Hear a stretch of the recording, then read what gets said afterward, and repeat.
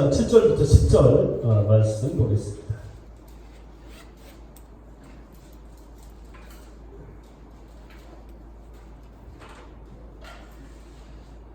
네, 교회는 어떤 곳일까를 생각합니다. 교회는 나를 지으신 하나님께 인생이 뭔지, 나는 누군지, 나는 어떻게 살아야 하는지, 나는 어떻게 죽음을 향해 걸어야 하는지, 죽음을 맞아야 하는지, 그것을 배우는 것이 바로 교회입니다. 오늘 여러분들과 함께 또 하나님이 우리에게 주시는 인생의 진실을 듣도록 하겠습니다. 저는 여러분들에게 기독교적 인생관을 말씀드리려고 합니다. 기독교에서 말하는 인생이 뭔지, 우리 어떻게 인생을 걸어야 되는지, 오늘 그런 얘기를 오늘 야곱의 이야기를 통해서 여러분들에게 말씀드리겠습니다. 네, 오늘 47장 읽을 건데 잠깐 배경을 좀 설명하겠습니다. 본문은 아브라함 때 가나안으로 이주해서 살기 시작한 히브리 민족의 세 번째 족장인 야곱의 이야기입니다. 여러분, 야곱은 족장입니다. 야곱은 인생의 마지막 시기에 가나안에서 이집트로 거주지를 옮기게 됩니다. 사실은 떠나면 안 됩니다. 하나님 약속한 땅이 가나안인데 피치 못하게 가나안에서 이집트로 거주지를 옮깁니다. 극심한 기근이 찾아와서 전부 다 죽을 수 있었기 때문입니다. 하나님이 앞서 보내신 요셉 때문에 외지이지만 야곱 가족은 이집트에 편안하게 정착을 합니다. 야곱은 이집트의 국무총리가 되었던 요셉의 소개로 이집트의 최고 권력자, 우리 개혁 성경은 바로, 일반적인 말은 파라오 앞에 섭니다. 여러분, 파라오가 아무나 만나지 않습니다. 그러니까 지금 외지인이니까 우리 이집트 사람도 아니고 옆에 가나안의 이름도 알지 못하는 부족장이 지금 파라오 앞에 선 겁니다. 자, 그걸 기억하시고 오늘 파라오와 야곱이 나누는 대화를 읽겠습니다. 자, 지금 사실 설 수 없는 자리인데 아들이 국무총리이기 때문에 지금 파라오를 만납니다. 그런 걸 좀 감안해서 이게 오늘 마음에 와닿습니다. 여러분, 파라오는 그 당시 어떤 존재? 신입니다. 그러니까 신 앞에 여러분 나갈 때는 신을 쳐다보면 안 되죠. 뭐 그런 거예요. 그래서 그런 굉장히 고대 사회라고 생각하시고, 자, 오늘 본문을 읽어 주십시오. 자, 오늘 본문 보면, 자, 이제 파라오와 야곱이 만나고 있습니다. 자, 7절. 요셉이 자기 아버지 야곱을 인도하여. 이 말은 요셉이 아니면 만날 수 없었다는 뜻이죠. 자, 그럼 굉장히 무겁고 진지한 절인데, 바로 앞에 서게 하니 야곱이 바로에게 축복하네. 자, 여러분 읽겠습니다.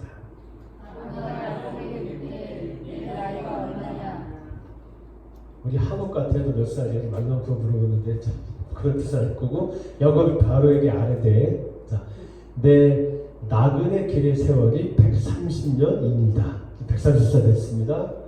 내 나이가 얼마 못되니 우리 조상의 나그네 길의 연조에 미치지 못하나 험악한 세월을 보내었나이다 하고. 자, 야곱이 자기 인생을 자기 소개를 그렇게 했습니다. 난 몇 살입니다. 130입니다. 그런데 어떻게 살았다고요? 험악하게 살았습니다. 이게 야곱의 소개입니다. 130년인데 나 참 험악하게 살았습니다. 입니다. 자, 10절. 아멘. 여기까지 뱉어보겠습니다. 여러분, 파라오 앞에 선 야곱은 파라오와 대화를 나눴습니다. 야곱은 자기 나이를 130살이라고 소개했습니다. 그러면서 자기 인생을 이렇게 요약했습니다.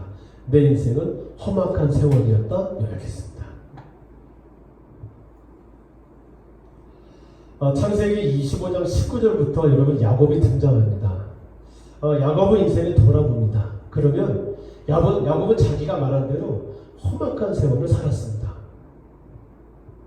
그런데 그 험악한 세월은 하나님이 주신 것만이 아니었습니다.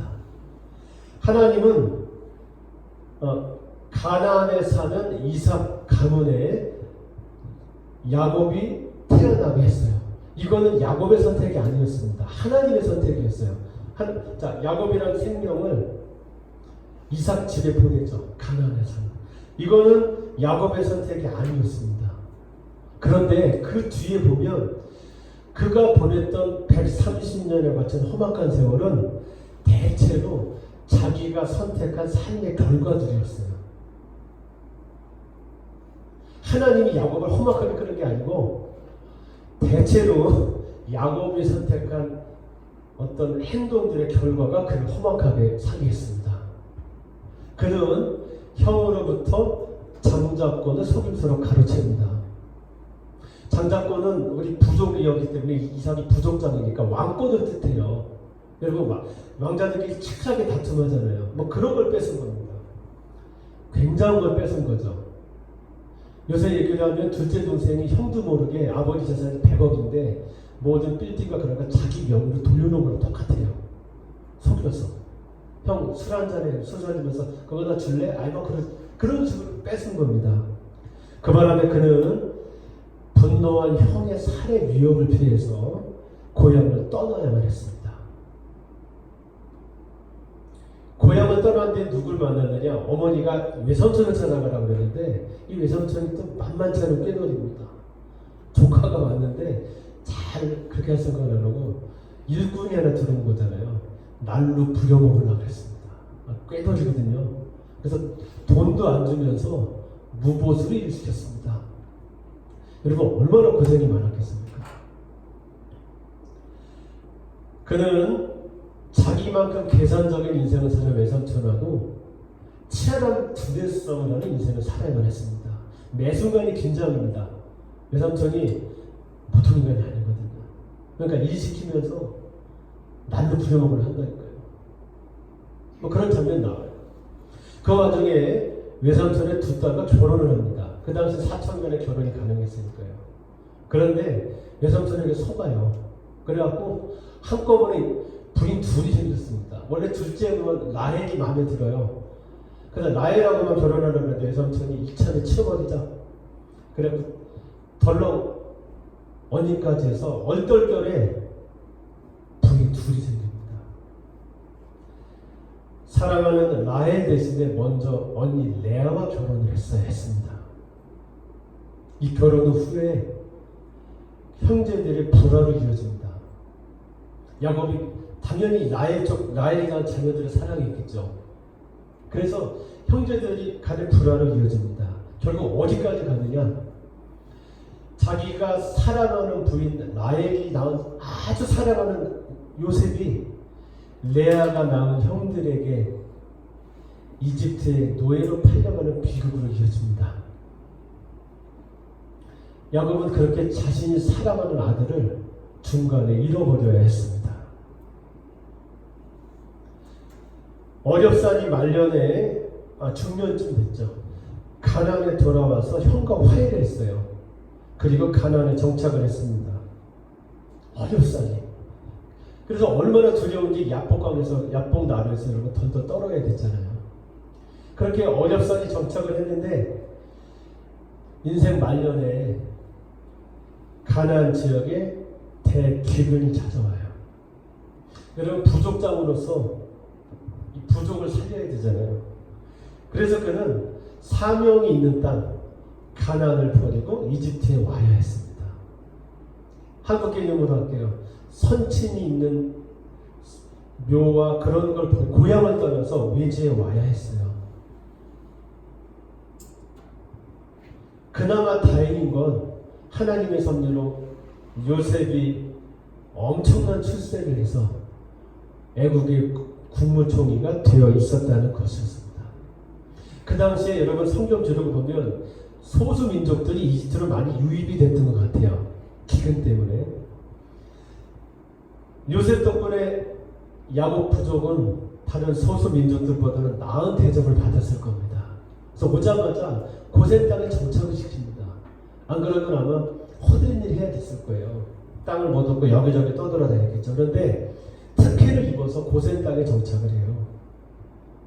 그런데 그는 고향을 떠나 난민의 신분으로 이집트에 와 있는 거예요. 요새 개념이 난민이에요. 야곱은. 여러분 난민들 얼마나 고통스러운지 아마 뉴스 같은 거 보셔서 알 겁니다. 야곱은 지금 사명의 땅, 고향의 땅, 아버지, 어머니, 할아버지, 할머니가 묻혀있는 가나안을 떠나 난민의 신분으로 이집트에 와 있습니다. 그 고백이 바로 내가 험악한 세월을 보내었나이다라는 그 문장 속에 들어있는 말의 뜻인 겁니다. 여러분 그 인생을 보면 그의 인생은 자신의 선택이 만든 결과였습니다. 자기 선택입니다. 야곱의 선택이 그의 인생을 이렇게 휘몰아치게 만들었습니다. 누가 만든 게 아니었습니다. 자기가 선택한 행동의 결과였습니다. 그런 인생을 살았던 야곱의 고백이 뭐라고요? 내가 험악한 세월을 보내었나이다였다는 거죠. 여러분 야곱이 지금 130입니다. 야곱은 이제 곧 영원한 고향으로 돌아갈 사람입니다. 다시 죽을 사람이에요. 죽을 날이 얼마 남지 않았습니다. 그런데 그는 지금 딱히 이룬 것도 없이, 보셨죠? 이제 회고했잖아요.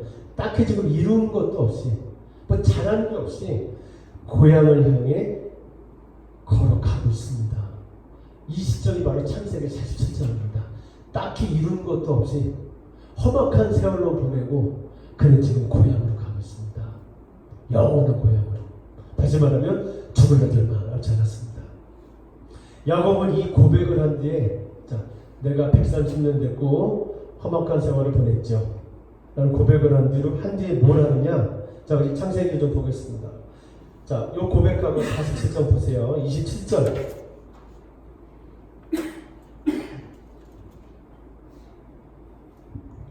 부터 뭘 하느냐? 제 성경이 이렇게 요약이 되어 있어요.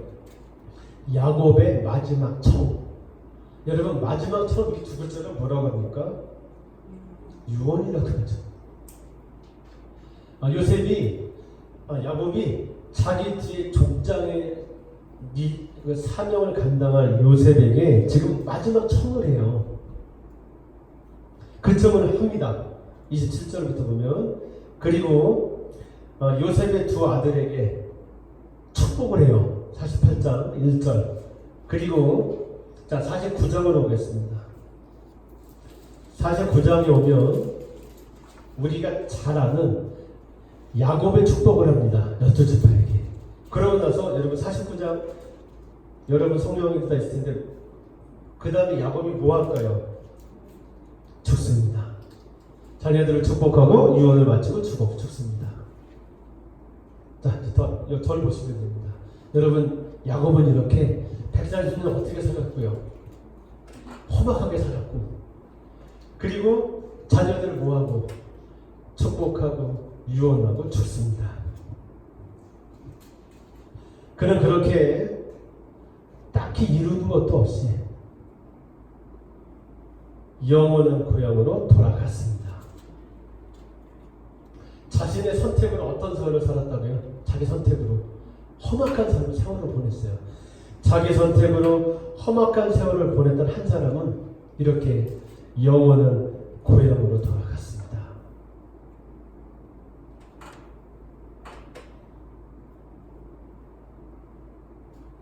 야곱은 인생의 중요한 순간마다 자기 옳다는 대로 선택하고 행동했습니다. 내가 장자권 가져야 되겠다. 내가 라헬 가져야 되겠다. 내가 외손촌인한테 치면 안 되겠다. 그는 인생의 중요한 고비마다 이런 선택을 했어요. 어떻게든 내가 뺏어야 되겠다. 이런 식으로. 그는 그렇게 자기 중심적인 선택과 행동을 했고 그는 그것 때문에 험악한 세월을 살아야 했습니다. 그리고 그는 인생 말년에 자기 사명이 있는 땅을 떠나서 이집트의 난민 신세로 와서 자기 인생을 마감했습니다. 딱히 이룬 것도 없이 그는 그렇게 살다가 딱히 이룬 게 없어요. 돌아보면 맨날 부인들끼리 다퉜었고 형제들끼리 싸움 나서 중간에 요셉 죽은 줄 알았었고 뭐 그렇게 그는 딱히 이룬 것도 없이 살다가 험악한 생을 보내다가 영원한 고향을 향해 돌아갔습니다. 그런데 창세기는 딱히 이룬 것도 없이 영원한 고향을 향해 돌아간 그것이 은혜며 인생이다라고 말하고 있습니다. 인생이 뭘까요? 기독교적 인생에 대해서 말씀드립니다. 기독교에서만의 인생이 뭘까요? 딱히 이루는 것도 없이 영원한 고향으로 돌아가는 거예요. 창세기는 그러면서 하나님이 좌충우돌하는 그의 삶을 붙드셨던 모든 순간의 은혜고, 그렇게 야곱이 좌충우돌하는데도 하나님은 그를 한 번도 놓으신 적은 없거든요. 그게 바로 은혜고, 그 은혜가 뭘 이루는 게 인생의 본질이 아니라 좌충우돌하는 그의 삶을 붙드셨던 그 하나님의 은혜가 인생의 본질이다 라고 창세기는 우리에게 지금 말해주고 있습니다. 다시 얘기하겠습니다. 창세기는 하나님이 좌충우돌하는, 자기 중심적으로 선택하니까 그릇된 선택을 했죠. 좌충우돌하는 그의 삶을 붙드셨던 모든 순간이 은혜고, 실수할 때는 안 계셨던 게 아니라 그때도 계셨고, 그런 모든 삶을 붙들었던 모든 순간이 은혜고, 그 은혜가 인생의 본질이라고 창세기는 말하고 있습니다. 저희는 딱히 이루는 것도 없이 살아왔습니다. 여러분 뭐 이루신 거 있나요? 우리는 지금도 뭘 이루는 거 없이 그렇게 살고 있습니다. 어디 뭐 그럴듯하게 내놓을 만한 이력 없이 우리는 지금 이 나이까지 살아왔습니다. 어떤 사람들은 별을 달았을지도 몰라요. 살면서. 우리 그렇게 살아왔습니다. 지금도 그렇게 살고 있고요. 우리는 내 의지와는 상관없이 어떤 환경 안에서 태어났었습니다. 그렇죠? 우리 내 의지는 상관없어요. 우리 내 의지랑 상관없이 아빠는 박씨고 엄마는 씨씨고 뭐 그런 조건 가운데 태어나서 여기까지 왔어요. 그것까지 내 선택이 아니었어요. 그런데 그 뒤에는 대체로 우리는 그릇된 선택을 하면서 살아왔습니다. 거기까지 내가 한 일이 아니었는데, 그거는 어떤 분의 의지였는데, 그 다음에는 내 의지를 가지고 우리는 어떤 선택을 하면서 살아왔어요. 그쵸? 그러면서 우리는 좌충우돌하며 여기까지 왔습니다. 어떻게 했냐? 제때 해야 할 일을 하지 못하거나 안 하면서 살아왔어요. 해야 할 일보다 하지 말아야 할 일을 많이 하면서 여기까지 왔어요. 안 그런 것처럼 계신데 다 그러고 오셨을 텐데 왜? 그동안 여러분 제때 해야 될 일 안 하고 안 하면서 또는 하지 못하면서까지 왔을 겁니다. 여러분들은 해야 할 일보다 하지 말라고 할 일을 더 많이 하면서 여기까지 왔어요. 그때 받아야 될 것들을 받지 못하면서 살아오셨을 거예요. 그때 아빠 사랑도 받았어야 되는데 못 받았었고, 그때 엄마 사랑 받았어야 되는데 못 받았었고, 뭐 그러면서 여기까지 살아오셨을 거예요. 우리는 그렇게 살면서 이렇게 해야 할 일 안 하고 하지 말아야 될 일 많이 하고 받아야 될 순간에 그거 못 받으면서 영원한 고향을 향해 걸어서 여기까지 왔어요. 고향까지 거리만 좀 차이가 있을 뿐, 어떤 분은 좀 가깝게 남았고 고향이, 어떤 사람은 좀 더 남았고, 그 차이만 있을 뿐, 우리 모두는 딱히 지금 이룬 것도 없이 죽음이란 종착지를 향해 걸어왔습니다. 어떻게 하면서? 하지 말아야 될 일 많이 하면서, 해야 될 일 안 하면서 그때 받아야 될 것들 받지 못하면서 지금도 그렇게 하면서 우리는 영원한 고향을 향해 걸어왔고 지금도 우리는 걷고 있는 중입니다. 난 참 험악한 세월을 살았어. 내 이야기 한번 쓰려면 소설책 한 권으로 부족해. 이것이 우리의 마음입니다. 제가 목회를 하다 보니까 다른 사람의 이야기를 들어줄 때가 많습니다. 제가 이야기를 듣고 나면 모든 사람의 공통적으로 하는 얘기가 뭔지 아세요? 내 얘기를 들어줘서 너무 고맙대요. 여러분, 우린 참으로 험악한 세월을 살았습니다. 내 이야기를 쓰려면 소설책 한 권으로도 부족하죠. 이것이 우리의 마음이에요. 어떻게 살았다고요? 해야 하지 말려면서 살았고 하지 말라는 일 하면서 살았고 그때 받아야 할 것 받지 못하며 살았습니다. 그래서 우리 안에는 후회, 아쉬움, 미련 그런 감정들이 가득해요. 지금도 사실 그것 때문에 딴짓하는 거예요. 그때 아빠가 나한테 그렇게 했으면 안 됐다고. 그래갖고 그 반항심에 지금도 길거리 돌아다니고 있고 그 반항심에 옆에 사람과 싸우고 있고 그래요. 그 반항심에 지금도 위축돼서 그러고 있고요. 우리는 지금 딱히 이루는 것도 없이 딱히 뭐 이룬 것도 그때만 여러분들이 그렇게 살았다고 해서 이루신 거 없잖아요. 우리는 지금 딱히 이룬 것도 없이 지금 여기 와 있습니다. 바로가 지금 여러분들에게 네 나이가 얼마냐 물으면 이렇게 답할 겁니다. 내 나이가 지금 이렇게 됐는데 나는 참으로 험악한 세월을 살았습니다. 여러분 그렇게밖에 얘기할 수 없을 겁니다. 그러나 여러분 기억하세요. 그게 인생입니다. 자꾸 마음은 그럴 거예요. 그때 그렇게 하지 마. 그게 인생. 난 지금 이게 인생이 아닌데 생각하실 거예요. 여러분 이거 내가 살아온 거 인생 같지 않죠?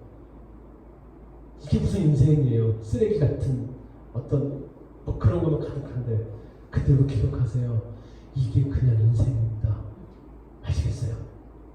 여러분이 걸어온 그것 자체가 그냥 인생입니다. 더 나은 인생은 없습니다. 이것이 은혜입니다. 내 걸어오기 그냥 좌충우돌 해서 여기까지 지금 와서 내가 험악한 세월을 보냈죠. 나 고백하는 그 자리에 와 있는 그게 은혜입니다. 하나님으로부터 도망치려는 나. 우리 끊임없이 하나님으로부터 도망쳐 왔어요. 하나님으로부터 도망치는 나를 붙드시는 하나님께 이끌려서 딱히 이룬 것도 없지만 영원한 고향을 향해 걸어가는 것. 이것이 은혜입니다.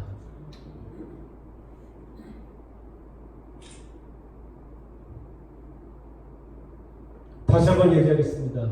하나님으로부터 도망치려는 나를 붙드시는 하나님께 붙들려서 이렇게 나가면 다시 하나님이 끌어오시고 저렇게 나가면 저렇게 끌어오셔서 그 하나님께 붙들려서 그러다 보니까 딱히 이루지를 못했죠. 내가 자꾸 튀어나가니까 그렇게 붙들려서 딱히 이룬 것도 없이 영원한 고향, 거리가 좀 얼마나 차이가 좀 있지만 영원한 고향을 향해 가고 있는 것, 그것이 은혜입니다. 나를 나로 존재하게 하는 거 내가 이룬 어떤 일이 아닙니다. 물론 사회학적으로 그래요. 그런 것들이 나를 만듭니다. 내 지위도 만들고 신분도 만들어내요. 그러나 본질적으로 나를 나로 여기 존재하게 하는 것, 그것은 내가 이룬 어떤 일이 아닙니다. 부분으로 볼 때 나를 나되게 하는 것은 내가 한 어떤 일들이 부분적으로 볼 때 그래요. 그런데 본질적으로 나를 나되게 하는 것, 나를 영원한 고향에 이르게 하는 것, 그거는 오직 하나님의 은혜입니다. 그 하나님께 이끌려서 나는 지금 2019년 8월 8월 10일이 여기에 와 있습니다. 나는 이렇게 앞으로도 딱히 이루는 거 없이 살다가 영원한 고향으로 돌아갈 것입니다. 기독교 신앙은 뭐냐? 그래서 자, 인생은 이게 인생이고 기독교 신앙은 뭐냐? 나를 이렇게 영원한 고향으로 돌아가게 하시는 하나님의 이 붙드심을 기억하는 겁니다. 딱히 이룬 것도 없는 나를, 딱히 이룰 수도 없는 나를 자녀로 붙들고 계시는 하나님을 바라보는 것. 지금도 어떤 선택을 할 때마다 여전히 내가 하고 싶은 거를 선택하는 나를 그래도 자녀로 품고 계시는 하나님을 보는 것. 돌이켜보면 이룬 게 하나도 없죠. 내가 온 자리마다 폐허예요. 다 우리 무너뜨렸어요. 그런 나를 자녀로 붙들고 계시는 하나님을 바라보는 것. 그것이 바로 내가 이 세상에 있는 동안 이룰 단 하나의 일입니다. 기억하세요. 여러분이 앞으로 이룰 일은 다른 거 없어요. 여러분을 자녀로 붙들고 계신 하나님을 바라보는 일입니다. 그 일 하다가 우리가 남길 단 하나의 일입니다. 나를 자녀로 붙들고 계시는 하나님을 보는 일을 내가 이 세상에 있는 동안 내가 이룬 단 하나의 일로 기억하는 것. 그것이 기독교 신앙입니다. 이걸 기억하면서 영원한 고향을 향해 걷다가 숨이 딱 멎는 것. 그리고 그 순간 고향의 문을 열고 들어가는 것. 그것이 기독교의 믿음입니다. 하나님은 하나님으로부터 끊임없이 달아나는 나를 붙들고 계셨습니다. 하나님이 야곱 같은 나를 지금도 붙들고 계십니다. 그래서 내가 지금 여기에 있습니다. 나의 모든 것이 은혜입니다. 내가 잘한 것도 내가 못한 것도 모두 하나님의 은혜입니다. 지금 여기 서 있는 나를 봅니다. 나는 참으로 험악한 세월을 살았습니다. 저도 저 나름대로 험악한 세월을 살았고 여러분들도 여러분 나름대로 험악한 세월을 살았습니다. 그런데 딱히 이룬 게 없네요. 딱히 이룬 게 없어요. 건강이 좋기래요. 나가면 여러분을 누가 알아봐 주기로 해요. 내 옆에 사람도 안 알아줘. 심지어 나를 같이 사는 인간도 나를 안 알아주고 딱히 이룬 게 없네요. 돌아보니 후회와 아쉬움만 한가득이네요. 하지 말았어야 되는데 그 일만 떠오르네요. 아, 그때 했었어야 되는데 그 일이 생각납니다. 딱히 이룬 것도 없이 나는 지금 영원한 고향을 향해서 걷고 있습니다. 그래서 가슴이 아픕니다. 그러나 여러분 기억하시죠? 믿음으로 일어서세요. 딱히 이룬 것도 없는 나, 늘 하나님으로부터 달아난 나, 나를 붙들고 계시는 하나님이 계십니다.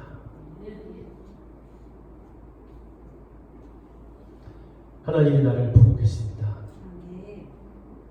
하나님이 나를 잡고 계십니다. 나를 지금도 만지고 계십니다. 이 하나님을 바라보세요. 돌아보면 폐허만 있을 거예요. 여러분이 이제 돌아보시면 폐허만 가득할 거예요. 딱히 이룬 거 없을 거예요. 그때 자꾸 뒤를 보지 마시고 위를 보세요.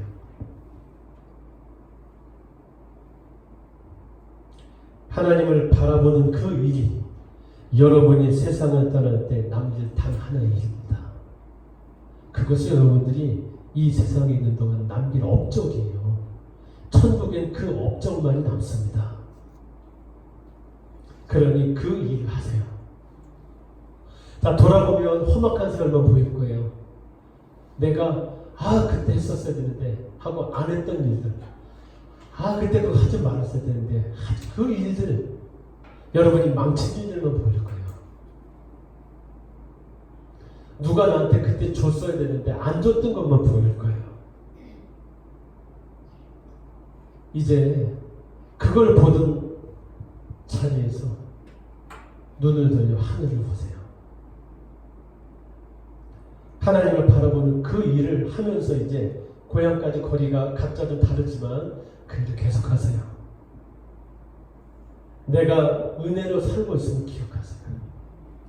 내가 내 힘으로 살고 있는 게 아니에요. 은혜가 있기에 사라지고 있다는 걸 기억하세요. 사라지고 있어요. 그걸 기억하세요. 은혜로 내가 사라지고 있음을 늘 기억하면서 그 순간순간 있는 사고를 기억하세요. 영원한 고향을 향해 걸으세요. 죽음 쪽을 향해 걸으세요. 살려고 하지 마시고 저쪽을 향해 걸으세요. 영원한 고향 쪽으로.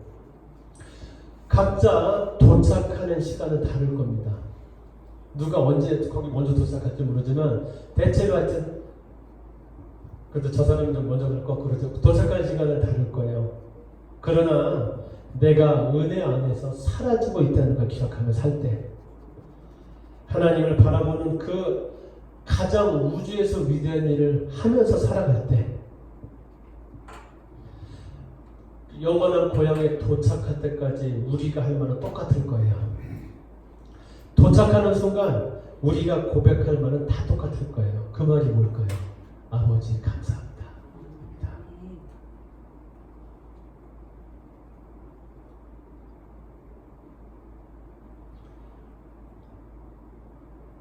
오늘 자기 인생 앞에 서서 내 나이가 130입니다. 나는 험악한 세월을 살았죠. 그렇게 고백하는 우리 성도 여러분, 하나님으로부터 끊임없이 달아나는 나를 붙드신 분이 지금도 당신을 붙들고 계십니다. 당신의 좌충우돌 자체가 인생이었습니다. 그래서 내가 지금 여기에 이렇게 있습니다. 하나님을 바라보면서 영원한 고향 쪽을 향해서 걷는 여러분들 되시길 바랍니다. 내가 사라지고 있구나. 그분의 붙드심으로 사라지고 있구나. 나는 그것이 매 순간 믿어지는 여러분들이 될 수 있기를 바랍니다. 돌아보면 순간순간 괴로울 거예요. 딱히 이룬 것도 없는데 그러나 그것이 인생이고 딱히 이룬 것도 없는 나를 붙드셔서 지금도 당신의 역사를 쓰시는 그 하나님 안에 있는 것이 여러분의 가장 큰 일이라는 것을 여러분들이 기억하셔서 영원한 고향의 문을 열고 들어갈 때 뒤를 보면서 그동안 고마웠어요. 얘기는 여러분 되시기 바랍니다. 들어갈 때 감사합니다. 그렇게 고백하는 여러분 되시길 바랍니다. 아멘. 여러분들이 분노 덩어리가 아니라 그렇게 부드러운 사랑으로 이 땅에 하나님이 머무시게 하는 그날까지 존재할 수 있길 바랍니다. 기도하겠습니다.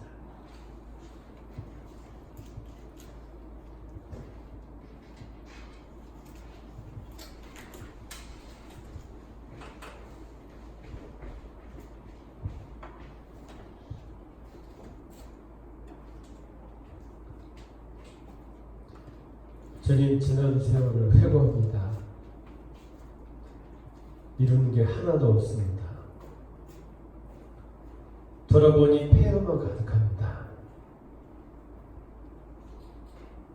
이것도 인생인가? 그렇게 말하고 싶습니다. 그러나 주님은 말하십니다. 너의 그 좌충우돌 그것이 인생이라.